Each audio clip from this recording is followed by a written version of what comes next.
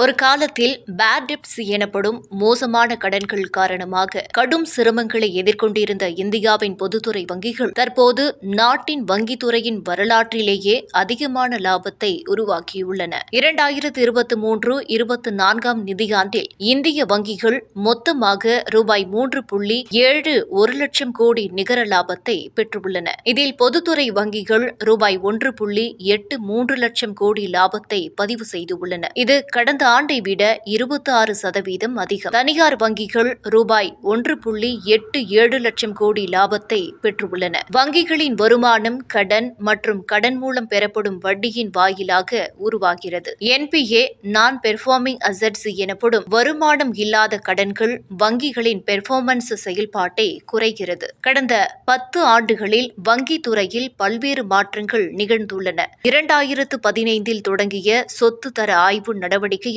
மோசமான கடன்கள் வெளிப்படுத்தப்பட்டன. இதனால் பொதுத்துறை வங்கிகள் 3 ஆண்டுகள் தொடர்ச்சியாக இழப்புகளை சந்தித்தன. இதை சமாளிக்க மத்திய அரசு ரூபாய் 3.15 லட்சம் கோடி அளவிலான ஊக்கத்தொகை வழங்கியது. பொதுத்துறை வங்கிகள் கடன் தரத்தை முன்னிலைப்படுத்தி கடன் வழங்கும் நடைமுறையில் கடுமையான நிபந்தனைகள் மற்றும் பாதுகாப்பான நடைமுறைகளை பின்பற்ற தொடங்கின.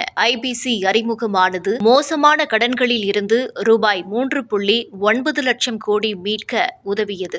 என்பிஏக்கள் வங்கிகளுக்கு பெரிய அபாயமாக இருக்கின்றன. ஐபிசி சட்டம் கடன் தவற விடுபவர்களை விரைவாக சமாளிக்கும் முறையை வழங்கி வங்கிகளின் மீட்பு விகிதத்தை உயர்த்தி நிதி அமைப்பை வலுப்படுத்துகிறது. 2025 ஆண்டின் முடிவில் வங்கிகளின் மோசமான கடன்கள் என்பிஏ 2.4% குறைந்துள்ளன. வங்கிகள் தற்போது வட்டி வருவாய், நிதி சந்தை லாபங்கள் மற்றும் குறைந்த என்பிஏ ஒதுக்கீடு ஆகியவற்றால் அதிக லாபத்தை பெறுகின்றன.